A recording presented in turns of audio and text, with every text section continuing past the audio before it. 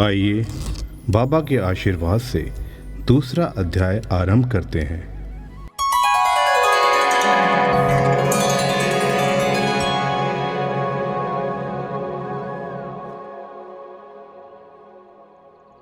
गर्मा गर्म बहस, अर्थपूर्ण उपाधि, हेमाड पंथ गुरु की आवश्यकता। कथा आरंभ करने से पूर्व आप सभी साईं बाबा के प्यारों से विनम्र निवेदन है कि हमारे चैनल दिव्य दर्शन को लाइक, शेयर, सब्सक्राइब अवश्य करें तथा बेल का आइकन को दबाना ना भूलें ताकि समय समय पर श्री साईं बाबा का प्रसाद व आशीर्वाद आप सभी को मिलता रहे। कृपया वीडियो को अंत तक देखें। जैसा कि आपको विदित है कि वीडियो के अंत में हम श्री साईं बाबा से एक छोटी सी प्रार्थना करते हैं ताकि श्री साईं बाबा का प्यार और आशीर्वाद सदा सबको मिलता रहे। तो आइए श्री साईं बाबा के आशीर्वाद से दूसरा अध्याय आरंभ करते हैं।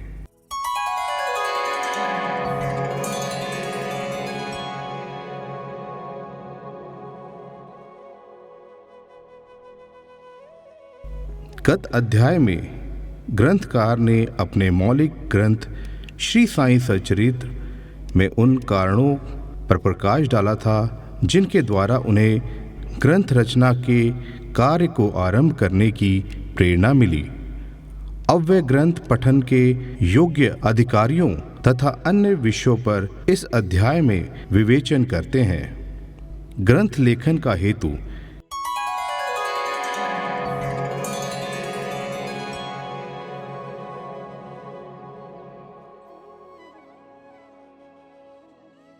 किस प्रकार हैजा के रोग के प्रकोप को आटा पिसवाकर तथा गांव के बाहर फेंकवाकर रोका तथा उसका उन्मूलन किया।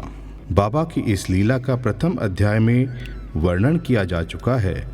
मैंने और भी लीलाएं सुनी जिनसे मेरे हृदय को अति आनंद हुआ और यही आनंद का स्रोत काव्य रूप में प्रकट हुआ।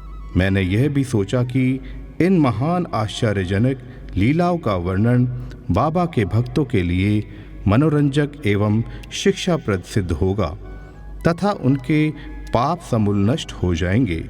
इसलिए हेमाड पंथ जी ने बाबा की पवित्र जीवन गाथा और उनके मधुर उपदेशों का लेखन प्रारंभ कर दिया।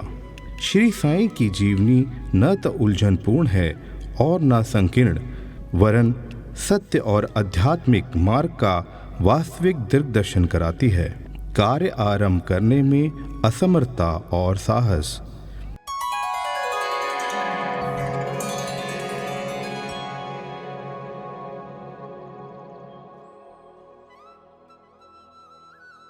श्री हेमाड पंथ जी को यह विचार आया कि मैं इस कार्य के लिए उपयुक्त पात्र नहीं हूँ। मैं अपने परम मित्र की जीवनी से भी भली भांति परिचित नहीं हूँ और न ही अपनी प्रकृति से। तब फिर मुझ सरीखा मूढ़मती भला एक महान संत पुरुष की जीवनी लिखने का दुस्साहस कैसे कर सकता है। अवतारों की प्रवृत्ति के वर्णन में वेद भी अपनी असमर्थता प्रकट करते हैं। किसी संत का चरित्र समझने के लिए स्वयं को पहले संत होना नितांत आवश्यक है। फिर मैं तो उनका गुणगान करने के सर्वथा अयोग्य ही हूँ। संत की जीवनी लिखने में एक महान साहस की आवश्यकता है और कहीं ऐसा न हो कि चार लोगों के समक्ष हास्य का पात्र बनना पड़े। इसलिए श्री साईं बाबा की कृपा प्राप्त करने के लिए मैं ईश्वर से प्रार्थना करने लगा। महाराष्ट्र के सर्वश्रेष्ठ श्री ज्ञानेश्वर महाराज का कथन है कि संत चरित्र के रचयिता से परमात्मा अति प्रसन्न होते हैं। तुलसीदास जी ने भी कहा है कि साधु चरित शुभ सरिस कपासु निरस विशद गुणमय फल जासु। जो सही दुख पर छिंद दुरावा वंदनीय जेहि जग जस पावा। भक्तों को भी संतों की सेवा करने की इच्छा बनी रहती है। संतों की कार्य पूर्ण करा लेने की प्रणाली भी विचित्र ही है। यथार्थ प्रेरणा तो संत ही किया करते हैं, भक्त तो निमित्त मात्र या कहिए कि कार्य पूर्ति के लिए एक यंत्र मात्र हैं। उदाहरणार्थ शत संवत 1700 में कवि महीपति को संत चरित्र लेखन की प्रेरणा हुई। ईश्वर ने संतों में अतः प्रेरणा पैदा की और कार्य पूर्ण हो गया। इसी प्रकार शक संवत 1800 में श्री दास गणु की सेवा स्वीकार हुई। महीपति ने 4 काव्य रचे, भक्ति विजय, संत विजय, भक्ति लीलामृत और संत लीला अमृत, और दास गणु ने केवल 2 भक्ति लीलामृत और संत कथामृत, जिसमें आधुनिक संतों के चरित्रों का वर्णन है। भक्ति लीलामृत के अध्याय 31, 32 और 33 तथा संत कथा अमृत के 57वें अध्याय में श्री साईं बाबा की मधुर जीवनी तथा अमूल्य उपदेशों का वर्णन सुंदर एवं रोचक ढंग से किया गया है। इनका उदाहरण श्री साईं लीला पत्रिका के अंक 11, 12 और 17 में दिया गया है। पाठकों से इनके पठन का अनुरोध है। इसी प्रकार श्री साईं बाबा की अद्भुत लीलाओं का वर्णन एक बहुत सुंदर छोटी सी पुस्तिका श्री साईनाथ भजन माला में किया गया है। इसकी रचना बांद्रा की श्रीमती सावित्री बाई रघुनाथ तेंदुलकर ने की है। श्री दास गणु महाराज ने भी श्री साईं बाबा पर कई मधुर कविताओं की रचना की है। एक और भक्त अमीदास भवानी मेहता ने भी बाबा की कुछ कथाओं को गुजराती में प्रकाशित किया है। साईं प्रभा नामक पत्रिका में भी कुछ लीलाएं शिरडी के दक्षिणाभिक्षा संस्थान द्वारा प्रकाशित की गई हैं। अब प्रश्न यह उठता है कि जब श्री साईनाथ महाराज के जीवन पर प्रकाश डालने वाला इतना साहित्य उपलब्ध है, फिर और एक ग्रंथ साईं सचरित्र रचने की आवश्यकता ही कहाँ पैदा होती है। इसका उत्तर केवल यही है कि साईं बाबा की जीवनी सागर के सदृश अगाध, विस्तृत और अथाह है। यदि इसमें गहरे गोते लगाए जाएं तो ज्ञान एवं भक्ति रूपी अमूल्य रत्नों की सहज ही प्राप्ति हो सकती है, जिससे मुमुक्षुओं को बहुत लाभ होगा। श्री साईं बाबा की जीवनी, उनके दृष्टांत एवं उपदेश महान आश्चर्य से परिपूर्ण है। इससे शांति और सुख प्राप्त होगा तथा लोक व परलोक में श्रेयस की प्राप्ति होगी। दुख और दुर्भाग्यग्रस्त मानवों को इससे शांति और सुख प्राप्त होगा तथा लोक व परलोक में श्रेयस की प्राप्ति होगी। यदि श्री साईं बाबा के उपदेशों का, जो कि वैदिक शिक्षा के समान ही मनोरंजक और शिक्षाप्रद है, ध्यानपूर्वक श्रवण एवं मनन किया जाए तो भक्तों को अपने मनोवांछित फल की प्राप्ति हो जाएगी, अर्थात ब्रह्म से अभिन्नता, अष्टांग योग की सिद्धि और समाधि आनंद आदि की प्राप्ति सरलता से हो जाएगी। यह सोचकर ही मैंने चरित्र की कथाओं को संकलन करना प्रारंभ कर दिया। साथ ही ये विचार भी आया कि मेरे लिए सबसे उत्तम साधना ही केवल यही है। जो भोले भाले प्राणी श्री साईं बाबा के दर्शनों से अपने नेत्र सफल करने के सौभाग्य से वंचित रहे हैं, उन्हें ये चरित्र अति आनंददायक प्रतीत होगा। अतः मैंने भी अपना अहंकार उनके श्री चरणों पर न्यौछावर कर दिया। मैंने सोचा कि अब मेरा पथ अति सुगम हो गया है और बाबा मुझे इहलोक और परलोक में सुखी बना देंगे। मैं स्वयं बाबा की आज्ञा प्राप्त करने का साहस नहीं कर सकता था। अतः मैंने श्री माधवराव उपनाम श्यामा से, जो कि बाबा के अंतरंग भक्तों में से थे, इस हेतु प्रार्थना की। उन्होंने इस कार्य के निमित्त श्री साईं बाबा से विनम्र शब्दों में इस प्रकार प्रार्थना की। ये अन्ना साहेब आपकी जीवनी लिखने के लिए अति उत्सुक हैं, परंतु कृपया आप ऐसा न कहना कि मैं तो एक फ़कीर हूँ तथा मेरी जीवनी लिखने की आवश्यकता ही क्या है। आपकी केवल कृपा और अनुमति से ही ये लिख सकेंगे, अथवा आपके श्री चरणों का पुण्य प्रताप ही इस कार्य को सफल बना देगा। आपकी अनुमति तथा आशीर्वाद के अभाव में कोई भी कार्य यशस्वी नहीं हो सकता। यह प्रार्थना सुनकर बाबा को दया आ गई। उन्होंने आश्वासन और उदी देकर अपना वरद हस्त मेरे मस्तक पर रखा और कहने लगे कि इन्हें जीवनी और दृष्टांतों को एकत्रित कर लिपिबद्ध करने दो।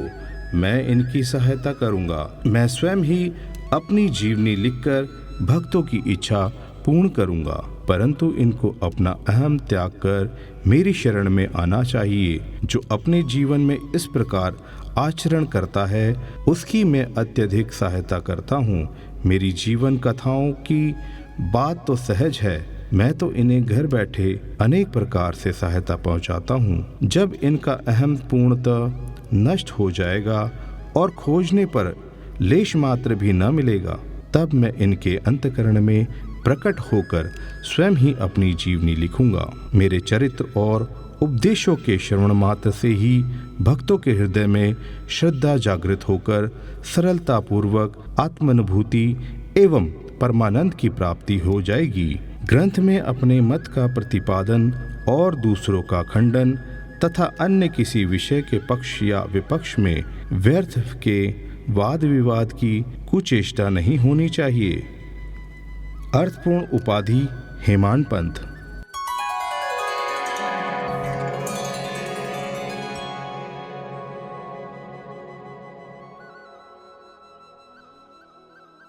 वाद विवाद शब्द से हमको स्मरण हो आया कि मैंने पाठकों को वचन दिया है कि हेमाड पंथ उपाधि किस प्रकार प्राप्त हुई। अब मैं उसका वर्णन करता हूँ। श्री काका साहेब दीक्षित व नाना साहेब चंदोरकर मेरे अति घनिष्ठ मित्रों में से थे। उन्होंने मुझे शिरडी जाकर श्री साईं बाबा के दर्शन का लाभ उठाने का अनुरोध किया। मैंने उन्हें वचन दिया, परंतु कुछ बाधा आ जाने के कारण मेरी शिरडी यात्रा स्थगित हो गई। मेरे एक घनिष्ठ मित्र का पुत्र लोनावला में रोगग्रस्त हो गया था। उन्होंने सभी आदि भौतिक और आध्यात्मिक उपचार किए, सभी प्रयत्न निष्फल हुए और ज्वर किसी प्रकार भी कम न हुआ। अंत में उन्होंने अपने गुरु को उनके सिरहाने बिठलाया, परंतु परिणाम पूर्ववत ही हुआ। यह घटना देखकर मुझे विचार आया कि जब गुरु एक बालक के प्राणों की भी रक्षा करने में असमर्थ हैं, तब उनकी उपयोगिता ही क्या है, और जब इनमें कोई सामर्थ्य ही नहीं, तब फिर शिरडी जाने से क्या प्रयोजन। ऐसा सोचकर मैंने यात्रा स्थगित कर दी। परंतु जो होना है वह तो होकर ही रहेगा, और वह इस प्रकार हुआ। प्रांताधिकारी नाना साहेब चंदोरकर बसई के दौरे पर जा रहे थे। वे ठाणा से दादर पहुँचे तथा बसई जाने वाली गाड़ी की प्रतीक्षा कर रहे थे। उसी समय बांद्रा लोकल आ पहुंची, जिसमें बैठकर वे बांद्रा पहुंचे तथा शिरडी यात्रा स्थगित करने के लिए मुझे आड़े हाथों लिया। नाना साहेब का तर्क मुझे उचित तथा सुखदायी प्रतीत हुआ और इसके फलस्वरूप मैंने उसी रात्रि शिरडी जाने का निश्चय किया और सामान बांधकर शिरडी को प्रस्थान कर दिया। मैंने सीधे दादर जाकर वहां से मनमाड़ की गाड़ी पकड़ने का कार्यक्रम बनाया। इस निश्चय के अनुसार मैंने दादर जाने वाली गाड़ी के डिब्बे में प्रवेश किया। गाड़ी छूटने ही वाली थी कि इतने में एक यवन मेरे डिब्बे में आया और मेरा सामान देखकर मुझसे मेरा गंतव्य स्थान पूछने लगा। मैंने अपना कार्यक्रम उसे बतला दिया। उसने मुझसे कहा कि मनमाड़ की गाड़ी दादर पर खड़ी नहीं होती, इसलिए सीधे बोरी बंदर से होकर जाओ। यदि यह एक साधारण सी घटना घटित न हुई होती तो मैं अपने कार्यक्रम के अनुसार दूसरे दिन शिरडी न पहुंच सकने के कारण अनेक प्रकार की शंका कुशंकाओं से घिर जाता, परंतु ऐसा घटना न था। भाग्य ने साथ दिया और दूसरे दिन 9-10 बजे के पूर्व ही मैं शिरडी पहुंच गया। सन 1910 की बात है, जब प्रवासी भक्तों के ठहरने के लिए साठेवाड़ा ही एकमात्र स्थान था। तांगे से उतरने पर मैं साईं बाबा के दर्शन के लिए बड़ा ललायित था। उसी समय भक्त प्रवर श्री तात्या साहेब नूलकर मस्जिद से लौटे ही थे। उन्होंने बताया कि इस समय श्री साईं बाबा मस्जिद के मोड़ पर ही हैं, अभी केवल उनका प्रारंभिक दर्शन ही कर लो, फिर स्नान आदि से निवृत्त होने के पश्चात सुविधा से भेंट करने जाना। यह सुनते ही मैं दौड़ कर गया और बाबा की चरण वंदना की। मेरी प्रसन्नता का पारावार न रहा। मुझे क्या नहीं मिल गया। मेरा शरीर प्रफुल्लित सा हो गया। सुधा और तृषा की सुधि जाती रही। जिस क्षण से उनके भव विनाशक चरणों का स्पर्श प्राप्त हुआ, मेरे जीवन में एक नूतन आनंद प्रवाह करने लगा। मैं उनका सदैव के लिए ऋणी हो गया। उनका यह उपकार मैं कभी भूल न सकूंगा। मैं सदा उनका स्मरण कर उन्हें मानसिक प्रणाम किया करता हूँ। जैसा कि मेरे अनुभव में आया कि साईं के दर्शन में ही यह विशेषता है कि विचार परिवर्तन तथा पिछले कर्मों का प्रभाव शीघ्र मंद पड़ने लगता है और धीरे धीरे अनासक्ति और सांसारिक भोगों से वैराग्य बढ़ता जाता है। केवल गत जन्मों के अनेक शुभ संस्कार एकत्रित होने पर ही ऐसा दर्शन प्राप्त होना सुलभ हो सकता है। पाठकों, मैं आपसे शपथ पूर्वक कहता हूँ कि यदि आप श्री साईं बाबा को एक दृष्टि भर देख लेंगे तो आपको संपूर्ण विश्व ही साईंमय दिखाई पड़ने लगेगा। गर्मा गर्म बहस।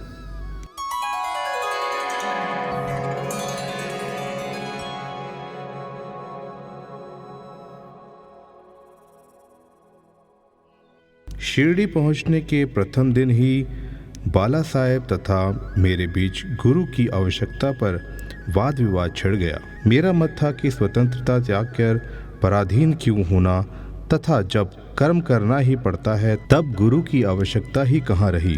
प्रत्येक को पूर्ण प्रयत्न कर स्वयं को आगे बढ़ाना चाहिए। गुरु शिष्य के लिए करता ही क्या है, वह तो सुख से निंद्रा का आनंद लेता है। इस प्रकार मैंने स्वतंत्रता का पक्ष लिया और बाला साहेब ने प्रारब्ध का। उन्होंने कहा कि जो विधि लिखित है वह घटित होकर रहेगा।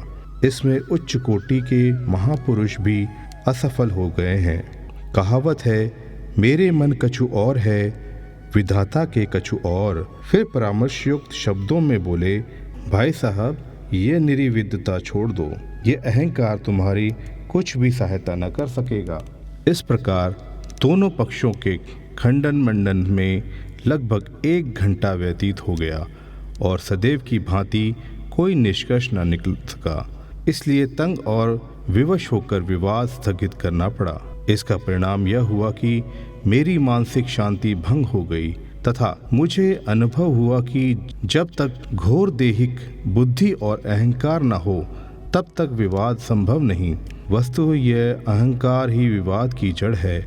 जब अन्य लोगों के साथ मैं मस्जिद गया तब बाबा ने काका साहेब को संबोधित कर प्रश्न किया कि साठेवाड़ा में क्या चल रहा था, किस विषय में विवाद था। फिर मेरी ओर दृष्टिपात कर बोले कि इन हेमानपंत ने क्या कहा। यह शब्द सुनकर मुझे अधिक अचंभा हुआ। साठेवाड़ा और मस्जिद में पर्याप्त अंतर था। सर्वज्ञ या अंतर्यामी हुए बिना बाबा को विवाद का ज्ञान कैसे हो सकता था। मैं सोचने लगा कि बाबा हेमानपंत के नाम से मुझे क्यों संबोधित करते हैं। यह शब्द तो हेमाद्री पंथ का अपभ्रंश है। हेमाद्री पंथ देवगिरी के यादव राजवंशी महाराज महादेव और रामदेव के विख्यात मंत्री थे। वह उच्च कोटि के विद्वान, उत्तम प्रकृति और चतुर्वर्ग चिंतामणि, जिसमें आध्यात्मिक विषयों का विवेचन है, और राज प्रशंसी जैसे उत्तम काव्यों के रचयिता थे। उन्होंने ही हिसाब किताब रखने की नवीन प्रणाली का आविष्कार किया था और बही खाते की पद्धति को जन्म दिया था। और कहाँ मैं इसके विपरीत एक अज्ञानी, मूर्ख और मंदमती हूँ। अतः मेरी समझ में यह न आ सका कि मुझे इस विशेष उपाधि से विभूषित करने का क्या तात्पर्य है। गहन विचार करने पर मैं इस निष्कर्ष पर पहुंचा कि कहीं मेरे अहंकार को चूर्ण करने के लिए ही तो बाबा ने इस अस्त्र का प्रयोग नहीं किया है, ताकि मैं भविष्य में सदैव के लिए निर्भिमानी एवं विनम्र हो जाऊं। अथवा कहीं यह मेरे वाक्चातुर्य के उपलक्ष्य में मेरी प्रशंसा तो नहीं है। भविष्य पर दृष्टिपात करने से प्रतीत होता है कि बाबा के द्वारा हेमानपंत की उपाधि से विभूषित करना कितना अर्थपूर्ण और भविष्य गोचर था। सर्वविदित है कि कालांतर में दाभोलकर ने श्री साईं बाबा संस्थान का प्रबंधन सुचारू एवं विद्वतापूर्ण ढंग से किया था। हिसाब किताब आदि कितने उत्तम प्रकार से रखे तथा साथ ही साथ महाकाव्य साईं सचरित्र की रचना भी की। इस ग्रंथ में महत्वपूर्ण और आध्यात्मिक विषयों जैसे ज्ञान, भक्ति, वैराग्य, शरणागति, आत्मनिवेदन आदि का समावेश है। गुरु की आवश्यकता। इस विषय में बाबा ने क्या उद्गार प्रकट किए, इस पर हेमाड पंत द्वारा लिखित कोई लेख या स्मृति पत्र प्राप्त नहीं है, परंतु काका साहेब दीक्षित ने इस विषय पर उनके लेख प्रकाशित किए हैं। बाबा से भेंट करने के दूसरे दिन हेमाड पंत और काका साहेब ने मस्जिद में जाकर घर लौटने की अनुमति मांगी। बाबा ने स्वीकृति दे दी। किसी ने प्रश्न किया, बाबा कहाँ जाएं? उत्तर मिला, ऊपर जाओ। प्रश्न, मार्ग कैसा है? बाबा बोले, अनेक पंथ हैं, यहाँ से भी एक मार्ग है, परंतु यह मार्ग दुर्गम है तथा शेर और भेड़िए भी मिलते हैं। काका साहेब बोले, यदि पथ प्रदर्शक भी साथ हो तो? बाबा बोले, तब कोई कष्ट न होगा। पथ प्रदर्शक तुम्हारी शेर, भेड़िए और खंदकों से रक्षा कर तुम्हें सीधे निर्दिष्ट स्थान पर पहुंचा देगा, परंतु इसके अभाव में जंगल में मार्ग भूलने या गड्ढे में गिर जाने की संभावना है। दाभोलकर भी उपयुक्त प्रसंग के अवसर पर वहां उपस्थित थे। उन्होंने सोचा कि जो कुछ बाबा कह रहे हैं वह गुरु की आवश्यकता क्यों है। इस प्रश्न का उत्तर है साईं लीला भाग 1 संख्या 5 व पृष्ठ 47 के अनुसार उन्होंने सदा के लिए मन में ये गांठ मान ली कि अब कभी इस विषय पर वाद विवाद नहीं करेंगे कि स्वतंत्र या प्रतंत्र व्यक्ति आध्यात्मिक विषयों के लिए कैसा सिद्ध होगा। प्रत्युत इसके विपरीत यथार्थ में परमार्थ लाभ केवल गुरु के उपदेश पालन में ही निहित है। इन उपदेशों का वर्णन मूल काव्य ग्रंथ के इसी अध्याय में किया गया है, जिसमें लिखा है कि राम और कृष्ण महान अवतारी होते हुए भी आत्मानुभूति के लिए राम को अपने गुरु वशिष्ठ और कृष्ण को अपने गुरु संदीपनी की शरण में जाना पड़ा था। इस मार्ग में उन्नति प्राप्त करने के लिए श्रद्धा और धैर्य ये ही 2 गुण सहायक हैं। ओम श्री साईनाथाय नमः। ओम श्री साईनाथाय नमः। ओम श्री साईनाथाय नमः। इसी के साथ श्री साईं बाबा के प्यारों को श्री साईं सचरित्र के दूसरे अध्याय का प्रेम पूर्वक श्रवण करने के लिए बहुत बहुत धन्यवाद। आइए हम सब मिलकर श्री साईं बाबा से अपने भविष्य की मंगल कामना करते हैं। ओम जय साईनाथाय नमः। ओम जय साईनाथाय नमः। ओम जय साईनाथाय नमः। आप सभी से निवेदन है, कृपया विनम्रता से अपने दोनों हाथों को जोड़कर श्री साईं बाबा का ध्यान करें और श्री साईं बाबा की करुणा और प्रेम का संचार अपने हृदय में होने दें, क्योंकि जिस तरह आप श्री साईं बाबा पर विश्वास करते हो वैसे ही बाबा भी आपको प्यार करते हैं। आज आप अपने सारे दुख दर्द श्री साईं बाबा के समक्ष प्रकट करें, क्योंकि हमें विश्वास है कि वो आगे बढ़कर आपका हाथ थाम लेंगे और आपके सारे अवगुण को नष्ट कर देंगे। मैं अपने पाप कर्मों से ग्रसित हूँ। मैं अहंकार, ईर्ष्या, घृणा, क्रोध और कपट जैसे अवगुणों से ग्रसित हूँ। मैं आज आपसे विनती करता हूँ कि आप मेरी आत्मा को छूकर मेरे सभी पापों को नष्ट करें, मुझे पाप मुक्त कर दें। मेरे सद्गुरु, आज मैं चाहता हूँ कि आप मुझे अपने चरणों में थोड़ी सी जगह देकर मेरा जीवन सफल करें। मेरे साईं, आज मैं संकल्प करता हूँ कि जीवन भर बुराइयों से दूर रहूँगा। अपना समस्त जीवन जग कल्याण में लगा आपकी सेवा करता रहूँगा। आप मुझे आगे बढ़ने की शक्ति प्रदान करें और इसी के साथ मैं अपने अंतर्मन से आपका धन्यवाद करता हूँ कि आपने मेरी प्रार्थना सुनी और मेरा जीवन धन्य कर दिया। ओम जय साईनाथाय नमः। ओम जय साईनाथाय नमः। ओम जय साईनाथाय नमः।